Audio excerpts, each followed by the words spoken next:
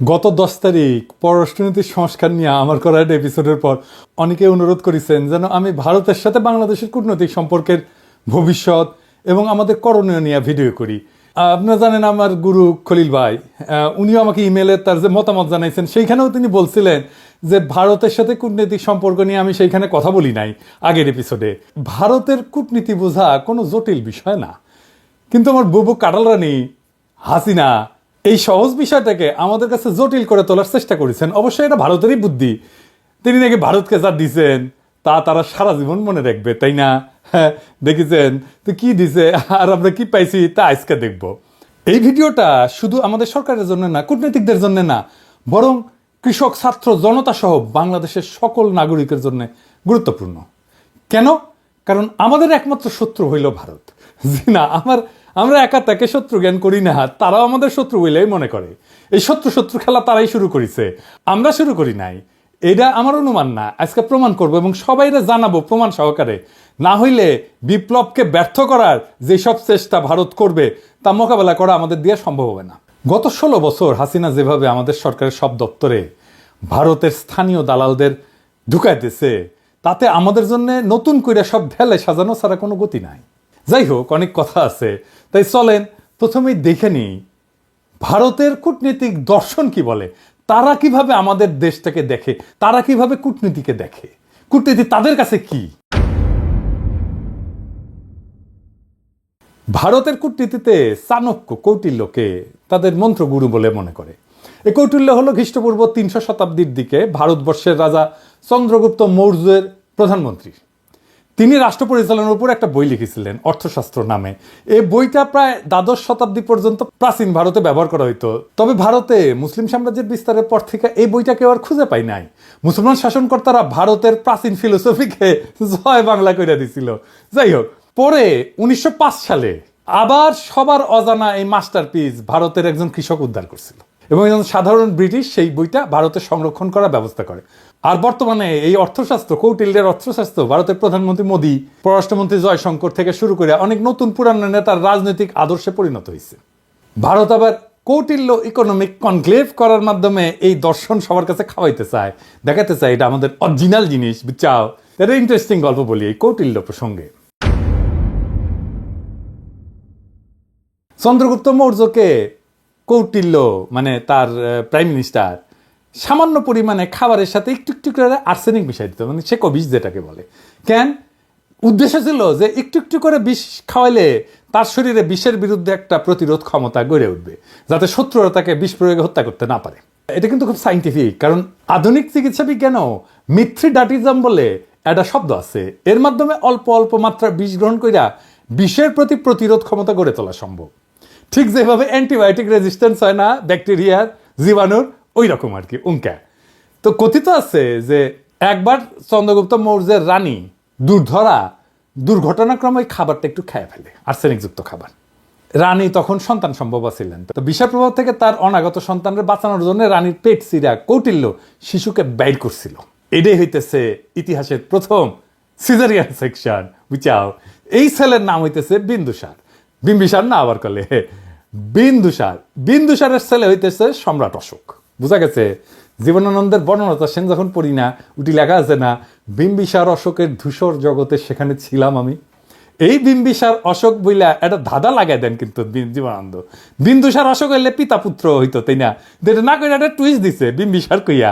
এখানে এসে মনে হয় আসলে কি ঠিক পড়তেছি না ভুল পড়িচ্ছি না, তো সেই সময়টা ধূসর হয়ে যাওয়ার জন্য এরকম হয়েছে নাকি? বুঝাও কি সুন্দর, এটা কাব্যিক একটা মোহের মধ্যে ফেলা দেয়, বুঝেছেন? জীবনানন্দের এটা কলে মুন্সিয়ানা। তো আমার কাছে ওই যে পাখির নীরের মতো চোখ তুলে নাটোরের বনলতা সেন এই লাইনের চাইতে ওই যে বিম্বিসার অশোকের ধূসর জগতে এই লাইনটা আরো বেশি কাব্যিক বলে মনে হয়। যাই হোক, কাব্যবাদ দিই, হ্যাঁ, আসল আলাপে আসি। কেন কৌটিল্যের অর্থশাস্ত্র সম্পর্কে আমাদের জানা এবং বোঝা জরুরি। ভারত আমাদের শত্রু রাষ্ট্র না বন্ধু রাষ্ট্র? এই প্রশ্ন সবাই করলেও কোনো রাজনৈতিক দল কখনো সরাসরি উত্তর দিতে স্বাচ্ছন্দ্য বোধ করে না, ভয় পায় আর কি। কখন ভারত তাদের গদি নড়ায় দেয়, তাই বলে সবাই যে কবে যে ভারত আমাদের বন্ধু রাষ্ট্র তাকালে না। এটাই আমাদের সমাজে ইনশাল্লাহ বলার মতোই সত্য। হাসিনা বাবুর আমলে তো ভারতকে বন্ধু বলাটা একটা ফ্যাশন ছিল। বাংলাদেশের কোনো জাতীয় অর্জনে ওই ভারতের প্রধানমন্ত্রী রাষ্ট্রপতি থেকে শুরু করে মন্ত্রী মুখ্যমন্ত্রী আগমন খুব কমন ছিল না, সাধারণ ঘটনা ছিল না। কিন্তু হঠাৎ কি হইলো যে ময়ূক পাগলা হইয়া গেল। এই যে দেখেছেন এডিটর সাহেব, এটা দেখান না, ওই তিরিং বিরিং করে লাফায় না, দেখান না। হুক করলে তারেক হেভি টাপাইছে, ওই যে গণ অধিকারের তারেক, বুঝাও তারেকের ভিডিওটা দেখা, তারেক কি কইছিল যে জামাতকে আপনার পাশাত কামড় দিছে, দেখান না ওইটা। আরে বাবর কে? বাবর কে? কে? বাবর ভারতের বাপ। হ্যাঁ, বাবর ভারতের বাপ। বাবর আর ভারতের বাপ। আর আচ্ছা ঠিক আছে, আপনার ঠিক আছে। সমস্যা কি বলেন তো? আমার আমার আমার আমার সমস্যা হচ্ছে জামাতি এবং জেহাদিরা বন্ধ করতে পারবেন? কেন জামাতিরা আপনার পাশে কামড় দিয়েছে বলেন? বিজেপির নেতারা উল্টা পাল্টা বলা শুরু করলো, এই দেখেন ভিডিও দেখেন। বাংলাদেশের সঙ্গে যুদ্ধ ভারতের কাছে তো কয়েকদিনের ব্যাপার নয়, কয়েক মিনিটেই ফয়সলা হয়ে যাবে। আমরা বড় ভাই হিসেবে চিমটি কাটছে, আঁচড় কাটছে, সহ্য করছি, তো বেড়া আমরা দেবই। বাংলাদেশের সীমান্তে কাঁটাতারের বেড়া বসানোর দরকার হইল, দেখেছেন? আরো কত কি। আসলে বাংলাদেশের সাথে ভারতের কোনো বন্ধুত্ব সম্পর্ক নাই, কখনো ছিল না। তবে ভালো সম্পর্ক আছে তার সেবাদাসী হাসিনা, তার দল আওয়ামী লীগের সাথে। আমাদের পররাষ্ট্র মন্ত্রণালয়ে যারা ভারতে কাজ করেছেন তারা সবাই জানেন যে ভারত আমাদের কতটা নিচু চোখে দেখে।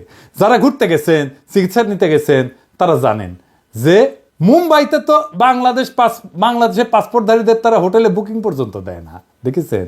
হাসিনার আমলেও ভারত শুধু আমাদের থেকে সুবিধাই নিছে, কিচ্ছু দেয় নাই। ট্রানজিট নিছে, চট্টগ্রাম পোর্ট দিয়ে মালামাল পরিবহনের অনুমতি নিছে, বাংলাদেশকে ভারতের মনোপলিতে পরিণত করেছে, আমাদের সরকারি প্রতিষ্ঠানগুলোকে শেষ করে দিছে। বিনিময়ে আমরা কি ওই মুজিবের আমলে স্বাক্ষর করা ফারাক্কার ন্যায্য পানির হিস্সা পাইছি? পাই নাই। আমরা কি হাসিনার আমলে তিস্তা চুক্তি দিয়া পানির ন্যায্য হিস্সা পাইছি? পাই নাই। তার কারণ কি? কারণটা হইতেছে কৌটিল্যের একটা থিওরি আছে, mandala theory. Mandala Nelson Mandela না, মান্ডালা মন্ডো থিওরি আর কি।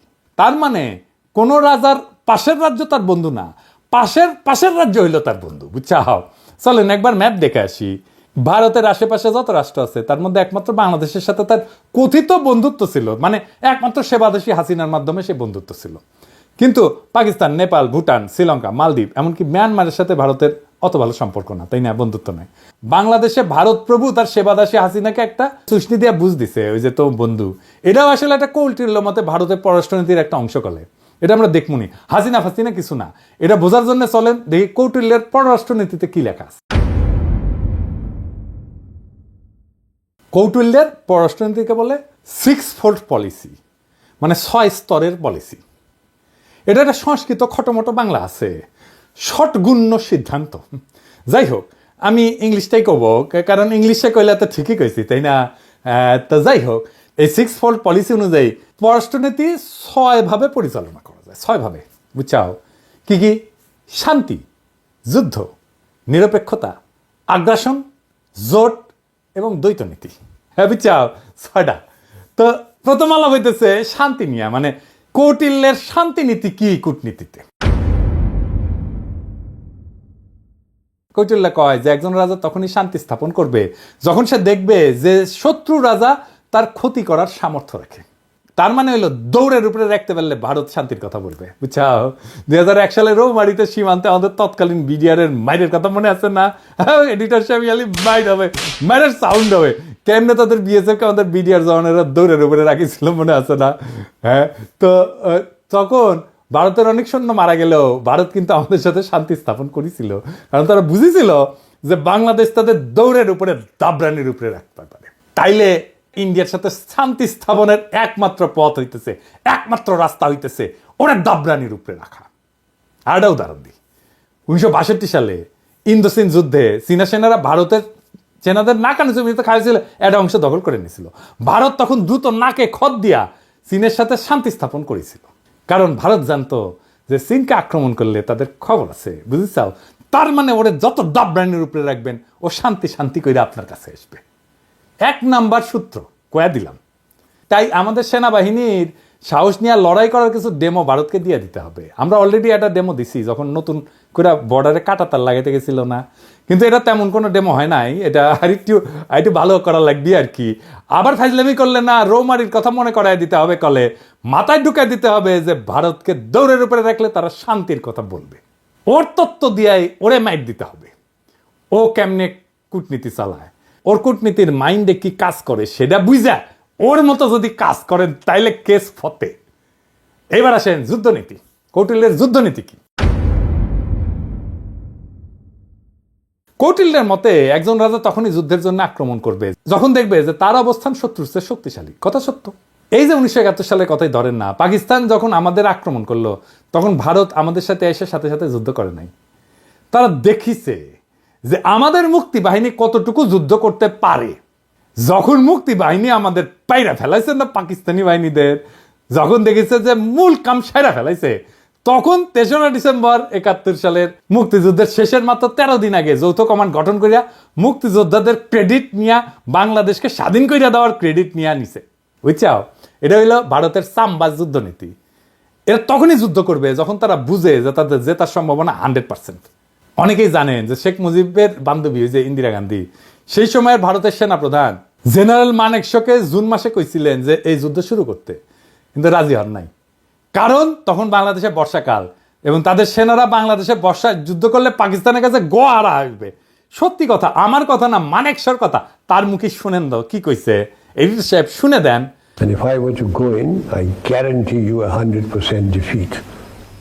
I said to Mrs. Gandhi, will you now give me your orders? And she, all right, cabinet will meet again at 4 o'clock. So everybody started walking out, I being the junior one. A smile on my face as I was going out. She said, Chief, stay behind. I said, Prime Minister, before you open your mouth, shall I send in my resignation on grounds of health, mental or physical? And she said, oh, sit down, Sam, tell me.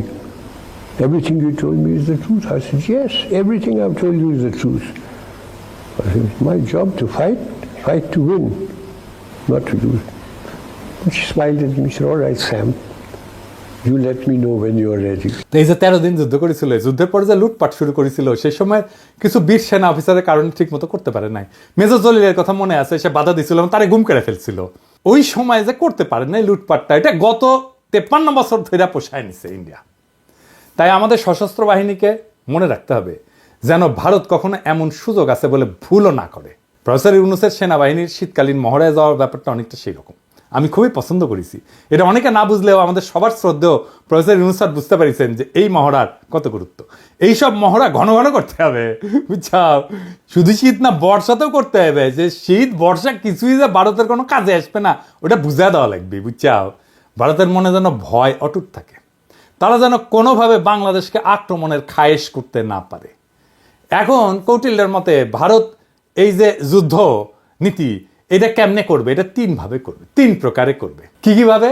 এটা হইতেছে সরাসরি যুদ্ধ, এটা হইতেছে গোপন যুদ্ধ, কিছু কথা থাক না গোপন, আর এটা হইতেছে অঘোষিত যুদ্ধ, মানে ঘোষণা না দিয়া যুদ্ধ, বুঝছাও। ভারত আমাদের সাথে সরাসরি যুদ্ধে যাবি না, ওই সাহসী নাই। ওই যে বুঝিছে না, এখানকার পোলা পাইন এবং বন্দুকের সামনে বুক পাইতা দেয়, তারপরে নড়ে না। তো এর সাথে যুদ্ধ করা যায়। তারা কি যুদ্ধ করবে? গোপন এবং অঘোষিত যুদ্ধ তারা সবসময় করে আসতেছে এবং এটা করে আসবে। চলেন দেখি সেটা কিভাবে করবে। গোপন যুদ্ধ হইলে সেটা সেই পন্থা যেটা দ্বারা ভারত আমাদের একদিকে আক্রমণের আশঙ্কা তৈরি করবে আর আমাদের সেনাদের সেই দিকে ব্যস্ত রাখবে, কিন্তু ভারত আমাদের আক্রমণ বা ক্ষতি করবে অন্য দিক থেকে, বুঝছাও। মাথায় ঢুকে নাই, তাই না? ধরেন আমাদের দক্ষিণে তো আরাকান রাজ্য, একটা নতুন রাখাইন দেশ হওয়ার সম্ভাবনা আছে, তাই না? ভারত রাখাইন দেশকে দিয়া বাংলাদেশের নাপ নদী সংলগ্ন বর্ডারে উত্তেজনা তৈরি করবে। আর আমরা যখন ওইদিকে সামলাইতে ব্যস্ত হয়ে যাব, তখন উত্তরবঙ্গ বা অন্য কোনো বর্ডার দিয়া সে আক্রমণ করার চেষ্টা করবে। এটা বুঝতে ভারতের ওই হকার সাংবাদিক ময়ূক রঞ্জনের একটা ভিডিও দেখি, চলেন। সে কইতেছে যে বাংলাদেশের চিকেন নেক নিয়ে নিলে ভারত ফেনী দখল করিয়া চট্টগ্রামকে আলাদা করে দিবে। শুনেন। এটিকে বলা হয় বাংলাদেশের চিকেন স্নেক। বাংলাদেশের এই চিকেন স্নেক অবরুদ্ধ করতে ভারতের সময় লাগবে 5 মিনিট। বাংলাদেশের চিকেন স্নেক এটা যদি কাট অফ করে দেওয়া হয়, তাহলে গোটা বাংলাদেশের ভূখণ্ডের সাথে চট্টগ্রামের কোনো সম্পর্ক থাকবে না। এই ফেনীটা যদি কোনোভাবে কাট অফ হয়ে যায় বা দখল হয়ে যায় বা অবরুদ্ধ হয়ে যায়, গোটা বাংলাদেশের এত বড়, এত জেলা সহ যে বাংলাদেশ, সেই বাংলাদেশ থেকে কাট অফ হয়ে যাবে চট্টগ্রাম। এটা মৌলবাদীদের কি করে লোকে বোঝাবে? অর্থাৎ ভারত আমাদের চট্টগ্রামের ভয় দেখাইতেছে যেন আমরা এদিক নিয়ে ব্যস্ত হইয়া যাই আর ভারত আমাদের অন্যদিকে মেরা দেয়, বুঝাও। কিন্তু সেই প্ল্যান তো আজকে ফাঁস করে দিলাম, তাই না? এবার চলেন অঘোষিত যুদ্ধ কেমনে ভারত করবে। এটা আসলে ভারতের সবচেয়ে পছন্দের যুদ্ধ, বুঝছাও। এই যুদ্ধে তারা তাদের সরকারি এজেন্ট, ধর্মীয় এজেন্টদের ব্যবহার করবে। তারা এই কাজ শুরুই করে দিছে। সরকারি চাকরিতে ভারতের দালালদের দিয়া অস্থিরতা তৈরি করেছে, ক্যাডারে ক্যাডারে দ্বন্দ্ব করেছে। এইটা প্রফেসর ইউনূসের সরকারকে কাজ করতে না দেওয়ার একটা কুবুদ্ধি। তাই আমি আগেও বলছি, এখনো বলি, ক্যাডারে ক্যাডারে দ্বন্দ্বের সমাধান করা জরুরি। এই ক্ষেত্রে কোনো কথা শোনা যাবে না, কঠোর হইতে হবে। যারা এই দ্বন্দ্ব ধৈর্য রাখতে চায় ওরা ভারতের দালাল। সবার অধিকার এবং প্রাপ্যতায় সাম্য দরকার। তারপর যদি আমলারা যদি কাজ ঠিক মতো না করে তাহলে পাছায় লাথি দিয়ে চাকরি থেকে বের করে দেন। আমি গত ভিডিওতে তো পররাষ্ট্র অফিসারদের সুযোগ সুবিধার কথা কইছিলাম, তাই না? প্রশাসন ক্যাডার মনে হয় আমার উপর মাইন্ড করেছে যে দাদা তো ওদের কথা কইলে আমাদের কথা কিছুই কয় নাই। হ্যাঁ, এবার বুঝেন কেন বলছি। যতদিন ক্যাডার ক্যাডার দ্বন্দ্ব থাকবে ততদিন আমাদের সার্বভৌমত্ব ভারতের আগ্রাসী নীতির হাতে পরাজিত হওয়ার সম্ভাবনা থাকবে। এটা তো আমরা হতে দেব না, তাই না? তবে সুযোগ সুবিধা পাওয়ার পর আমার কূটনীতিক সহ 25 ক্যাডারের ভাই বোনেরা যদি কাজ না করেন আর ভারতের চামচামি না ছাড়েন তাইলে আপনাদের কলে খবর আছে, কইয়া দিলাম, বুঝছেন? আমি যখন ধরি না তখন কিন্তু কচ্ছপের কামড় দিয়া ধরি। আর একটা উদাহরণ দিই, ওই যে চিন্ময় প্রভুপাদের কথা মনে আছে না? ওরে দিয়া ভারত সুন্দর একটা গেম সাজাইছিল কলে, যেন হিন্দুরা এই সরকারের বিপক্ষে কাজ করে। সাথে ভারতের কিছু বেতনভোগ বাংলাদেশি দালালও ছিল, ওই যে প্রথম আলো, তার দিল্লি স্টার, এটা আছেই। কিন্তু ইউনূস স্যার সেই ওখানে আসার মেরে দিচ্ছে ভালো করিয়া।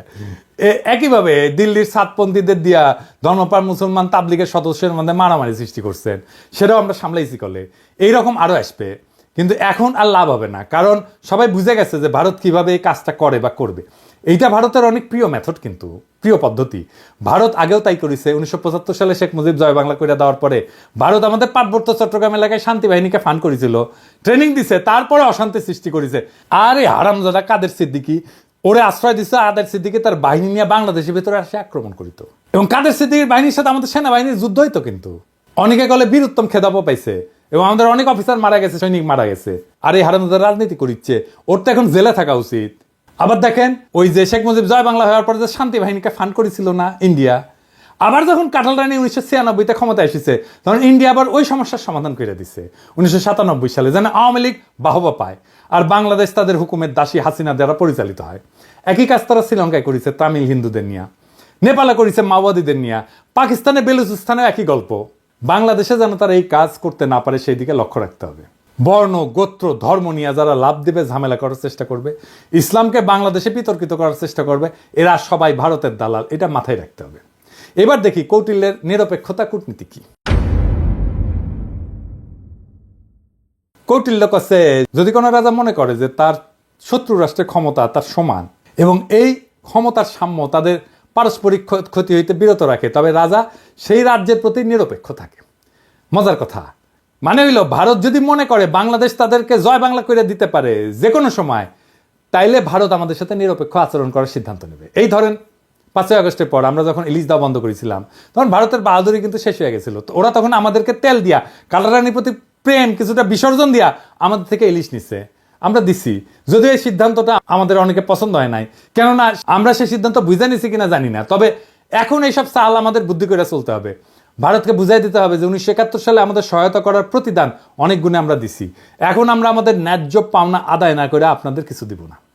আর একটা উদাহরণ দিই, 2008 সালে যখন মুম্বাইতে আক্রমণ হয় না, ওই যে তার দায় কলে ভারত পাকিস্তানকে দিছিল, অনেক হম্বিতম্বি করেছিল, কিন্তু তারা পাকিস্তানে কোনো সামরিক আক্রমণ চালায় নাই। এর কারণ হইল পাকিস্তান একটা নিউক্লিয়ার শক্তি, ওরে আক্রমণ করলে ভারত জয় বাংলা হয়ে যাবে, এটা ভারত বুঝে, তাই তারা হাক ডাক দিয়া চুপ ছিল। বুঝা গেছে ব্যাপারটা? শক্তিতে সমান সমান টক্কর দিতে হবে, টক্কর দেওয়ার ক্ষমতা, আমার টক্কর দেওয়ার ক্ষমতা আছে, এইটা বুঝাই দিতে হবে। এবার আসেন কৌটিল্যের আগ্রাসন নীতি। কৌটিল্যের দর্শন মোতাবেক একজন রাজা যখন নিজের শক্তি বৃদ্ধি করে তখন সে শত্রু রাজ্যকে আক্রমণের প্রস্তুতি নেয়। এটা কিন্তু ভারত খুবই মানে হইল যে এটা ভারতের পছন্দের একটা মেথড, এইভাবে সে মাপে অন্যরে।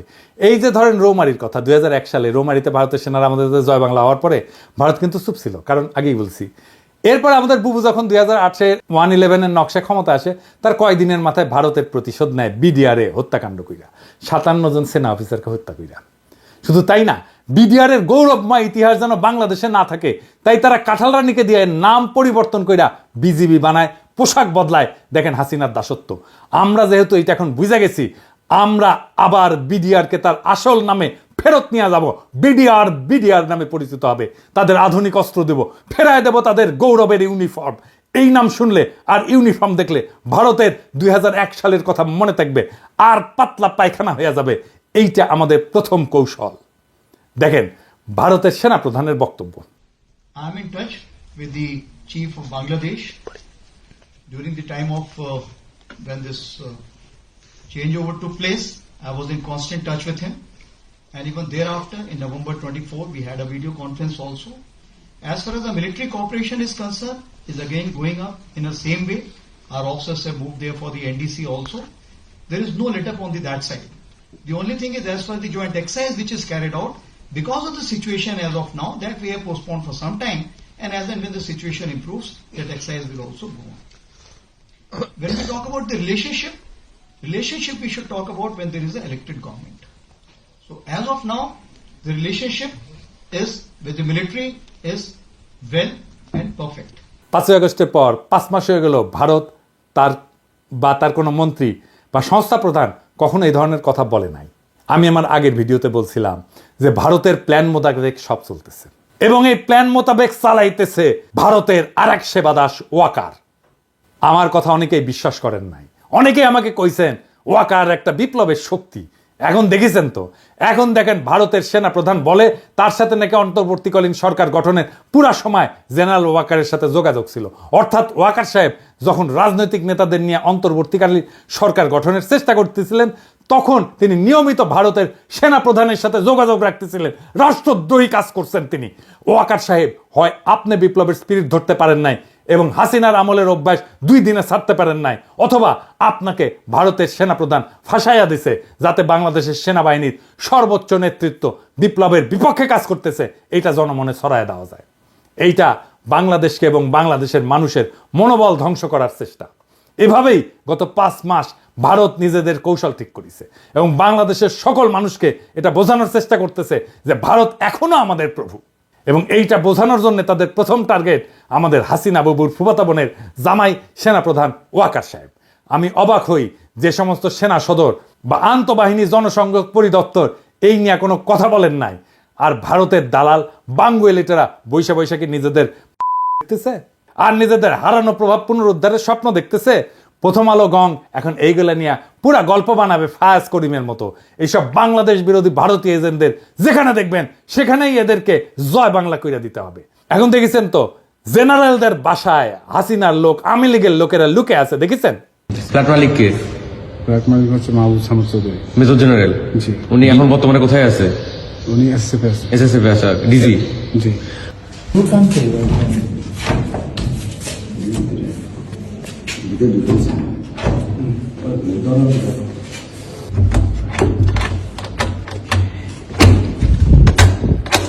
এক্সকিউজ মি, কেউ যদি থেকে থাকেন আসেন, কথা বলেন, বের হন, নাহলে আমরা কিন্তু দরজা ভাঙতে বাধ্য হব। আপনারা যদি ভিতরে কেউ থেকে থাকেন একটু কাইন্ডলি একটু কোঅপারেট করে বের হন, নাহলে আমরা কিন্তু দরজা ভাঙতে ইয়া করবো।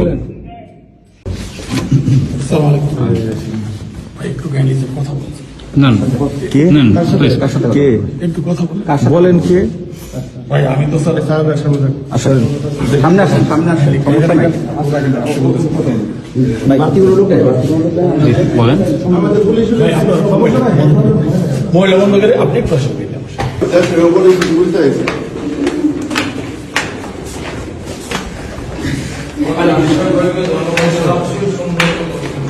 তো এখন কি করা লাগবে আমাদের এই সেনাবাহিনী নিয়ে?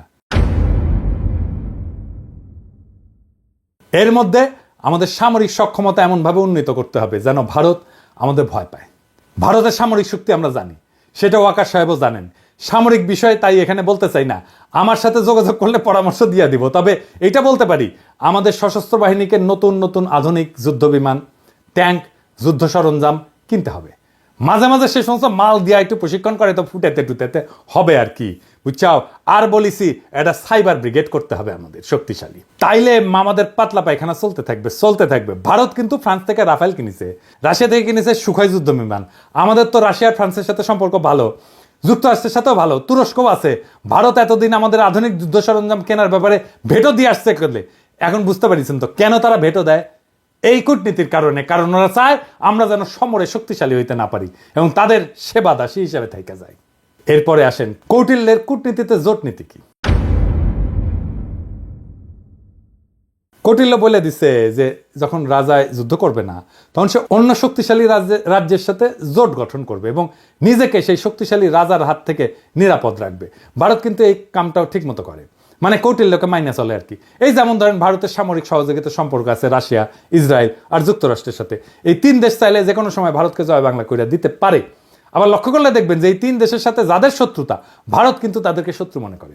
এই তিন দেশের কমন শত্রু হইল মুসলিম দেশগুলা। ভারত এদের সাথে সন্ধি করার মানে হইল ভারত এদের সাথে মিলা মুসলিম বিরোধী শক্তি গঠন করতে চায়। ভারত এইসব দেশ থেকে সমরাস্ত্র কেনে, এদের সাথে মিলিটারি তথ্য আদান প্রদান করে। আমরা হয়তো ইসরায়েলের সাথে সম্পর্ক করতে না পারলেও বাকি দুই দেশের সাথে পারবো, সেই অবস্থা আমাদের আছে।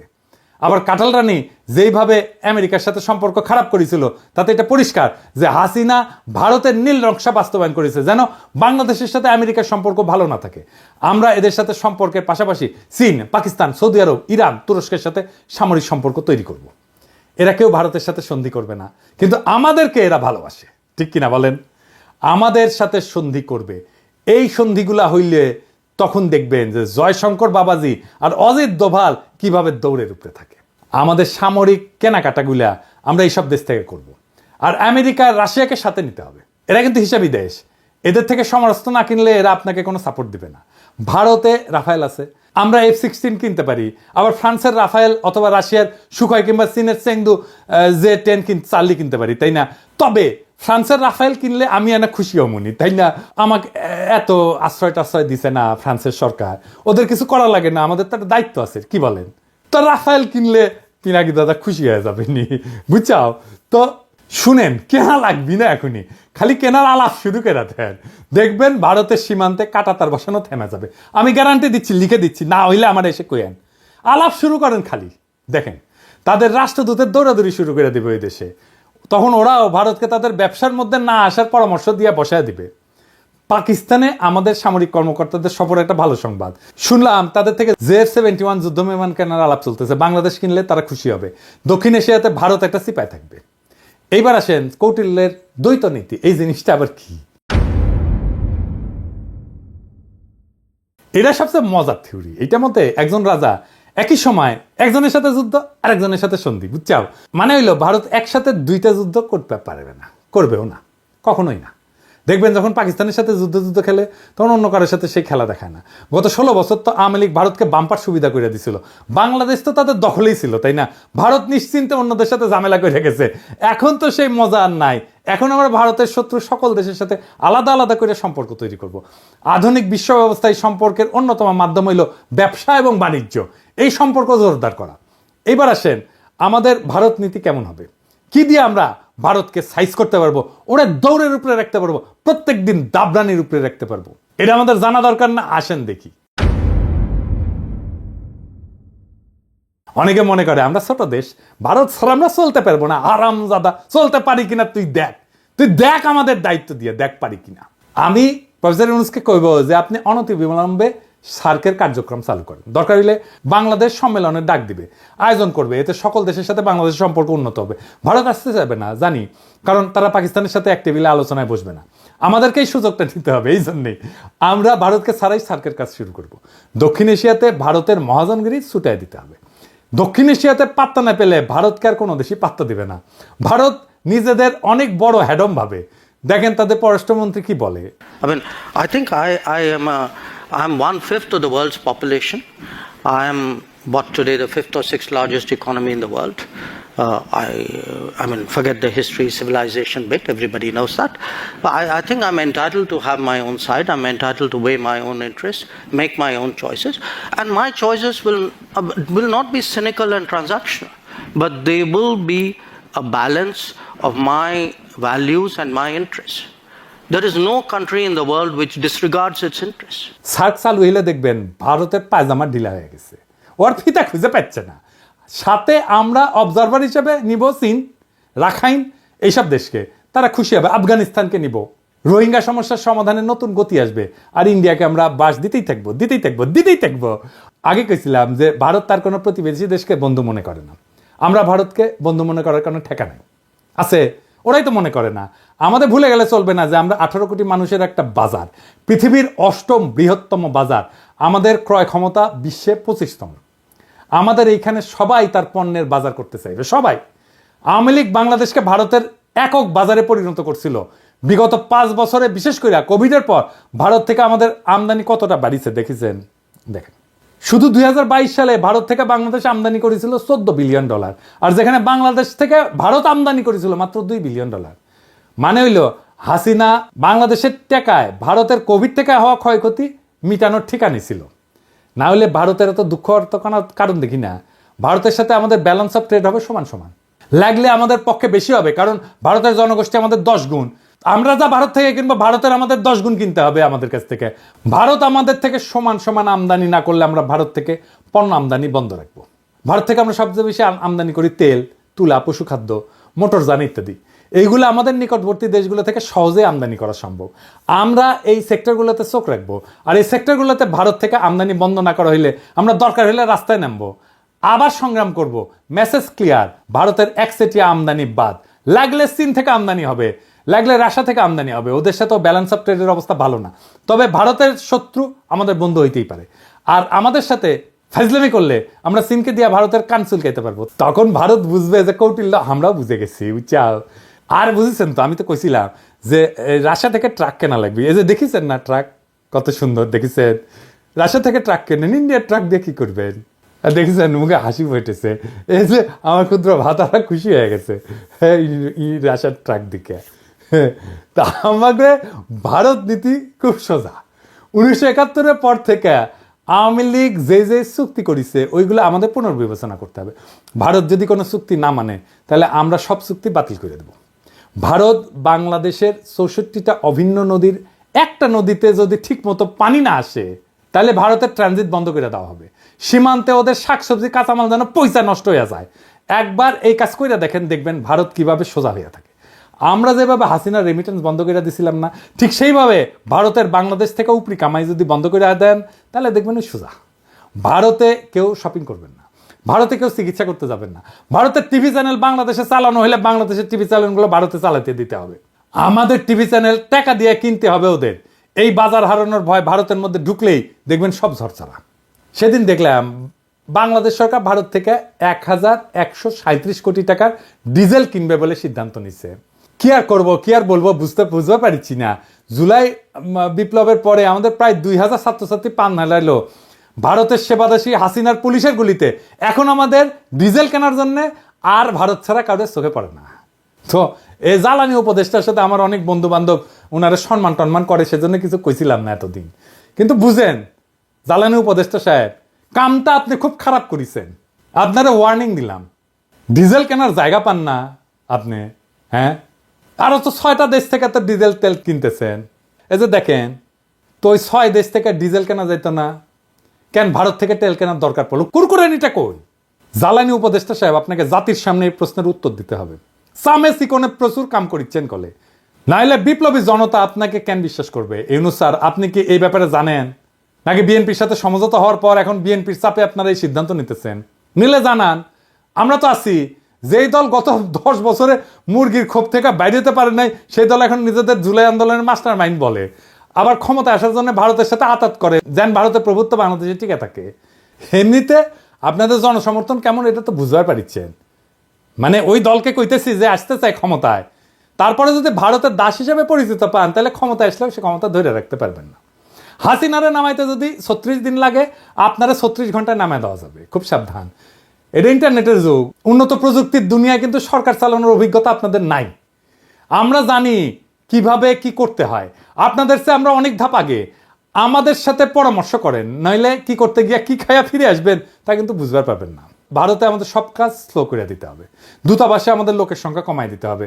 পররাষ্ট্র উপদেষ্টা এই জিনিসটা ভালো করে খেয়াল রাখবেন, ওই লোক দিয়ে আমাদের আসন্ন বন্ধু দেশের মিশনগুলোকে শক্তিশালী করেন। ভারত আমাদেরকে ভিসা না দিলে আমরা ভিসা দিব না, আমাদের দূতাবাসে আক্রমণ করলে আমরা ওদের শান্তিতে থাকতে দেবো না। ইউনুস স্যার তো ভদ্র মানুষ, আপনি না পারলে আমাদেরকে বলবেন, আমার ক্ষুদ্র ভ্রাতা এবং ভগিনীরা ভারতের পাশে আগুন ধরায় দিবে, লাগলে জায়গা মতো আগুন ধরায় দেব। আমাদের কোনো সরকারি কর্মকর্তা ভারতে প্রশিক্ষণে যাবে না। কেন যাবে না জানেন? আসেন বলি। কারণ এইসব প্রশিক্ষণ দেওয়া এতদিন ভারত আমাদের সব অফিসারদের প্রোফাইল বানিয়েছে, বুঝছেন? তাদের কার কি পছন্দ অপছন্দ, কারে পয়সা দিলে হবে, কারে মেয়ে ধরাই দিতে হবে, তা সব জানে এবং এই কাজ করেছেও। কিন্তু এই যে সানিউল কাদের দেখেছেন না, ধরা খেয়েছিল, তারা ইউএনএদেরকে ডিসিদেরকে নিয়ে গেছে দেরাদুনে, কূটনীতিকদেরকে পড়াইছে দিল্লিতে। তাই আমাদের সরকারি অফিসারদের বিশেষ করে যারা ভারতে প্রশিক্ষণ নিছে তাদের শুদ্ধি পরীক্ষা নিতে হবে, এবং এরা সব কয়টা বিক্রি হয়ে গেছে। আমাদের অফিসাররা ভারতে প্রশিক্ষণে গেলে তাদের অফিসারদেরকেও আসতে হবে এখানে। এটা অবশ্য ফরেন সার্ভিস একাডেমি করে, তবে এইটা আরো বেশি করা দরকার। ভারতের অফিসারদের প্রোফাইল তৈরি করতে হবে, এবং এর একই সাথে আমাদের চরিত্র ঢিলা অফিসারগুলো আছে না, ওদের আপাতত কাজ করা বা পদায়ন থেকে বিরত রাখতে হবে। নইলে তারপর 2 প্যাক মেরে আবার হোয়াটসঅ্যাপে ফ্যান খুলে দিবে, ভারত সেই সমস্ত ছবি জোগাড় করে তাদের দিয়ে গুপ্তচরগিরি করাইবে, বুঝছো? এটা ওদের একটা পলিসি করে। এখন আপনারা যেহেতু ভদ্রলোক, সেই জন্যে সুশীল, সেই জন্যে আপনারা ওদেরকে দূরে রাখেন যাদের চরিত্র ঢিলা। আমি যদি ফরেন মিনিস্টার হইলাম ইনি, তাইলে ওই হানি ট্র্যাপ ফেলা ইন্ডিয়ার মায়াগরে তাদের ডাবল প্রমোশন দিলাম ইনি। ইন্ডিয়া হানি ট্র্যাপে ফেলানো ছাড়া আর কিছু পারে না। তাই তাদের এই হানি ট্র্যাপ আইডিয়া জয় বাংলা করে দিতে হবে। যখন কইতে পারবেন পারলে আরো পাঠা, তোর দেশে মায়েরা আমার কাছে আসে কেন, তুই পারিস না তো আমি তোরে সাহায্য করতেছি, আরো পেটে দিস বান্দা হাজি, সেই দিন তাদের এই অস্ত্র আর কাজ করবে না। তাদের দর্শন, তাদের ফিলোসফি তাদের বিরুদ্ধে প্রয়োগ করা লাগবে। তখন কইবেন যে পিনাকি যা কইছিল তার কতটা সত্যি, যদিও পিনাকি বাংলাত কইছে, বগুড়ার ভাষাত কইছে, তাও কলে এটা সত্য কইছে। তাই ভারতে আমাদের সকল সরকারি কর্মকর্তার ট্রেনিং বন্ধ, একেবারে ফুল স্টপ। এবার আসেন শেষ কথা। পররাষ্ট্রনীতিতে শেষ কথা বললে কিছু নাই। এক দেশ নিয়ে পলিসি করাটাও বিপজ্জনক। এক দেশের সাথে সম্পর্ক স্থাপন করা শুধু সেই 2 দেশের ব্যাপার না, অনেক বিষয় মাথায় রাখতে হয়। তবে ভারত যেহেতু স্পেশালভাবে আমাদের গত 53 বছর লুট করে গেছে, তাই আমাদের এখন সময় আসছে ভারতকে নিয়ে ভাবার, নতুন কইরা পলিসি তৈরি করার। কৌটিল্য ভারতের আইডিওলজিক্যাল গুরু কলে, তবে এমন গুরু ওদের অনেক আছে, কিন্তু কৌটিল্যের ব্যাপারটা একটু আলাদা। তাই ইউনুস স্যারকে আমি বলবো, আপনাদের সব সরকারি কর্মকর্তাদের কৌটিল্য পড়ান, বই পড়তে বলেন, পরীক্ষা নেন। ভারত যেভাবে আমাদেরকে সাইকোলজিক্যালি করাপ্ট করেছে না, আমরা এখন ওদের সাইকোলজি শিখবো তাদেরকে করাপ্ট করার জন্যে। আজকেই আর ফল আসবে না, কারণ সরকারে তাদের অনেক গোপন সেবাদাসী আছে। তবে এইভাবে আগাইলে আশা করা যায় আমরা 5-10 বছরের মধ্যে আমাদের হারানো মেরুদণ্ড আবার ফিরে পাবো। আর আওয়ামী লীগ হইল ভারতের দাস, দেশের শত্রু। এটা আজ আবার প্রমাণ করলাম, এটা দর্শন দিয়া করলাম। এইবার অনেকে তো বলে যে পিনাকি না বুঝেই বলে, তাদের জন্য সমালোচনার আহ্বান রইল। ভারতের পররাষ্ট্রনীতি আমি যেভাবে খুলে দেখাই দিলাম, এটার বাইরে কোনো কথা আছে কিনা। ভারত নিয়ে যে দালালি করবে তাদের কলে খবর আছে। আপনারা সরকারি পদ্ধতি সামলান, আর আমি তাদের স্থায়ী সেবাদাসী প্রথম আলো আর ডেইলি স্টার দেখতেছি। এরাই মিডিয়াতে উল্টাপাল্টা লিখবে, মানুষকে ভারতের মুখাপেক্ষী করতে সব চেষ্টা করবে। আগাম কইয়া দিলাম আপনাদের প্ল্যান চেষ্টা করে দেখেন, ফাল দিলে কলে খপ করে ধরবো, ধরে ফেলামো। জিয়াফতে এখন লোক হচ্ছে ক্যাঙ্কা, দেখেছেন? আজকে আয়োজিত হতে যাচ্ছে সামাজিক জিয়াফত। এই জিয়াফতের উদ্দেশ্য হলো শহীদ পরিবার, আহত সহযোদ্ধা এবং ছাত্র জনতাকে সম্মান জানানো।